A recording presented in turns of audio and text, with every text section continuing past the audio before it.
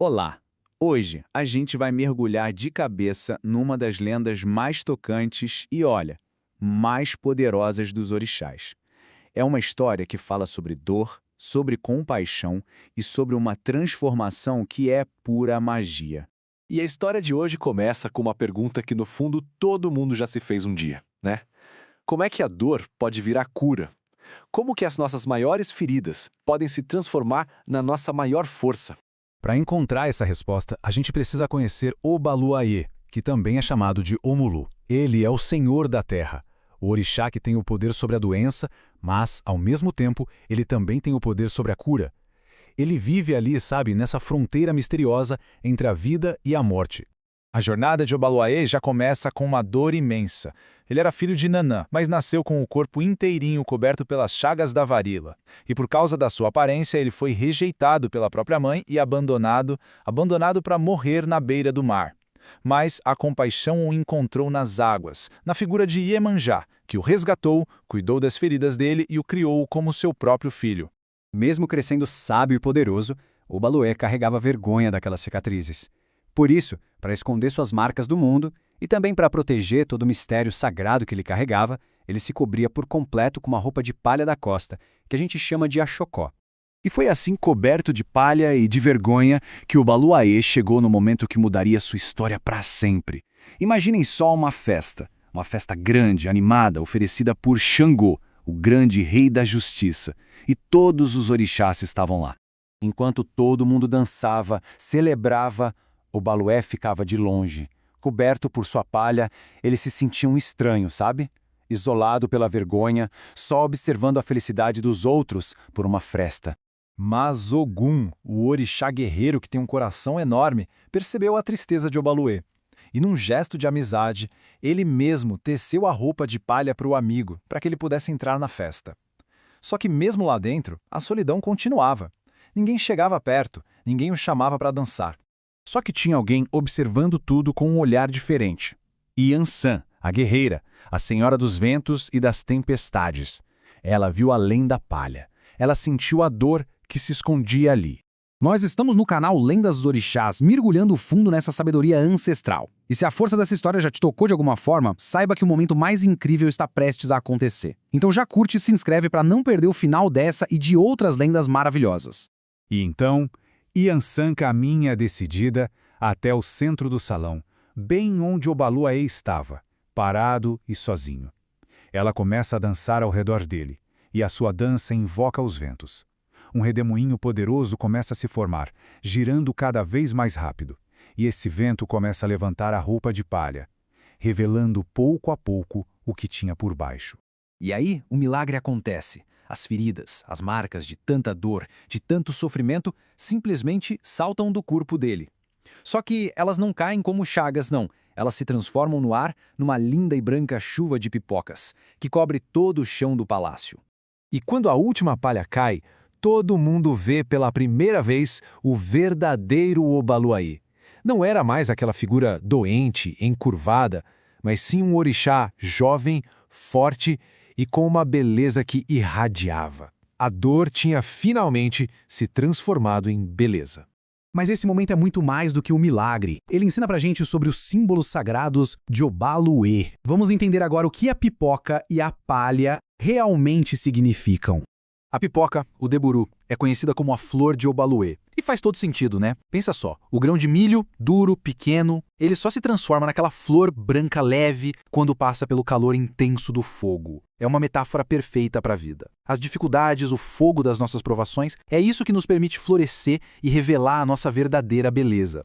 E olha que interessante, os instrumentos dele carregam esse poder todo. O axóico, a roupa de palha, ela não servia só para esconder a dor. Ela protegia o sagrado mistério da transformação que estava acontecendo ali por dentro. Já o Xaxara, que é o seu cetro, é a ferramenta que ele usa para, simbolicamente, varrer as doenças, as pragas, as energias ruins do mundo, trazendo limpeza e cura. Aquele gesto de Yansan na festa, aquele ato de compaixão, nunca foi esquecido. Pelo contrário, selou uma das alianças mais fortes e importantes entre os orixás. Como prova da sua eterna gratidão, Obaluayê reconheceu o poder de Yansan sobre os espíritos dos mortos, os eguns, e dividiu com ela o domínio sobre essa passagem. O Eruxim, aquele chicote que ela usa, tornou-se também um símbolo dessa grande aliança. E foi assim que, a partir daquele dia, eles passaram a reinar juntos sobre essa fronteira. Obaluaê, o senhor da terra e da passagem, e Yansan, que por causa disso também é chamada de Yansan Balé, a senhora que dança com os eguns, controlando esse portal entre os mundos. Uma união que nasceu da compaixão e do respeito. E essa lenda nos deixa com uma reflexão final. Se as feridas de um deus puderam florescer como pipocas brancas, que beleza extraordinária não pode estar esperando para nascer das nossas próprias feridas? Atotô Obaluaê. Olá! Hoje a gente vai mergulhar de cabeça numa das lendas mais tocantes e, olha, mais poderosas dos orixás. É uma história que fala sobre dor, sobre compaixão e sobre uma transformação que é pura magia. E a história de hoje começa com uma pergunta que, no fundo, todo mundo já se fez um dia, né? Como é que a dor pode virar cura? Como que as nossas maiores feridas podem se transformar na nossa maior força? Para encontrar essa resposta, a gente precisa conhecer Obaluaê, que também é chamado de Omulu. Ele é o senhor da terra, o orixá que tem o poder sobre a doença, mas, ao mesmo tempo, ele também tem o poder sobre a cura. Ele vive ali, sabe, nessa fronteira misteriosa entre a vida e a morte. A jornada de Obaluaê já começa com uma dor imensa. Ele era filho de Nanã, mas nasceu com o corpo inteirinho coberto pelas chagas da varíola. E por causa da sua aparência, ele foi rejeitado pela própria mãe e abandonado para morrer na beira do mar. Mas a compaixão o encontrou nas águas, na figura de Iemanjá, que o resgatou, cuidou das feridas dele e o criou como seu próprio filho.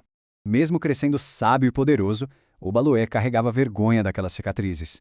Por isso, para esconder suas marcas do mundo e também para proteger todo o mistério sagrado que ele carregava, ele se cobria por completo com uma roupa de palha da costa, que a gente chama de axocó.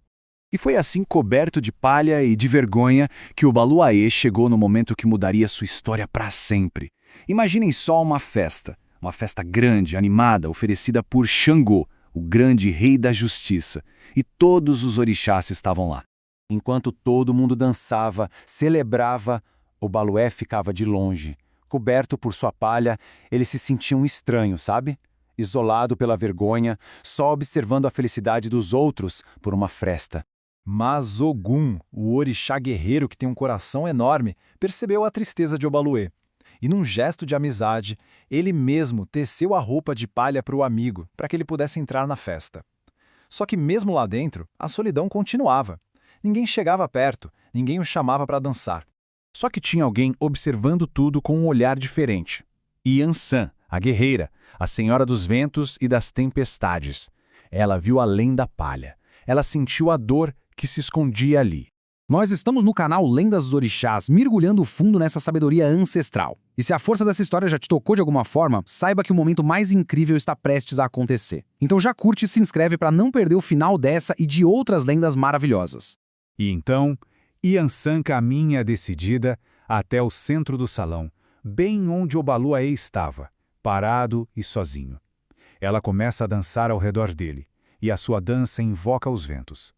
Um redemoinho poderoso começa a se formar, girando cada vez mais rápido, e esse vento começa a levantar a roupa de palha, revelando pouco a pouco o que tinha por baixo. E aí, o milagre acontece. As feridas, as marcas de tanta dor, de tanto sofrimento, simplesmente saltam do corpo dele. Só que elas não caem como chagas, não. Elas se transformam no ar numa linda e branca chuva de pipocas, que cobre todo o chão do palácio. E quando a última palha cai, todo mundo vê pela primeira vez o verdadeiro Obaluaê. Não era mais aquela figura doente, encurvada, mas sim um orixá jovem, forte e com uma beleza que irradiava. A dor tinha finalmente se transformado em beleza. Mas esse momento é muito mais do que um milagre. Ele ensina pra gente sobre os símbolos sagrados de Obaluaê. Vamos entender agora o que a pipoca e a palha realmente significam.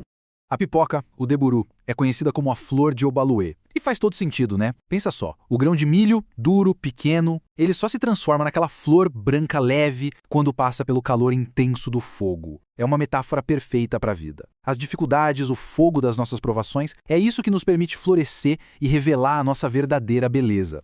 E olha que interessante, os instrumentos dele carregam esse poder todo. O achoico, a roupa de palha, ela não servia só para esconder a dor, ela protegia o sagrado mistério da transformação que estava acontecendo ali por dentro. Já o Shashara, que é o seu cetro, é a ferramenta que ele usa para, simbolicamente, varrer as doenças, as pragas, as energias ruins do mundo, trazendo limpeza e cura. Aquele gesto de Ansan na festa, aquele ato de compaixão, nunca foi esquecido. Pelo contrário, selou uma das alianças mais fortes e importantes entre os orixás. Como prova da sua eterna gratidão, Obalué reconheceu o poder de Ansan sobre os espíritos dos mortos, os eguns, e dividiu com ela o domínio sobre essa passagem. O Eruxim, aquele chicote que ela usa, tornou-se também um símbolo dessa grande aliança. E foi assim que, a partir daquele dia, eles passaram a reinar juntos sobre essa fronteira. Obaluaê, o senhor da terra e da passagem, e Yansan, que por causa disso também é chamada de Yansan Balé, a senhora que dança com os eguns, controlando esse portal entre os mundos. Uma união que nasceu da compaixão e do respeito. E essa lenda nos deixa com uma reflexão final. Se as feridas de um deus puderam florescer como pipocas brancas, que beleza extraordinária não pode estar esperando para nascer das nossas próprias feridas? A Totô Obaluai.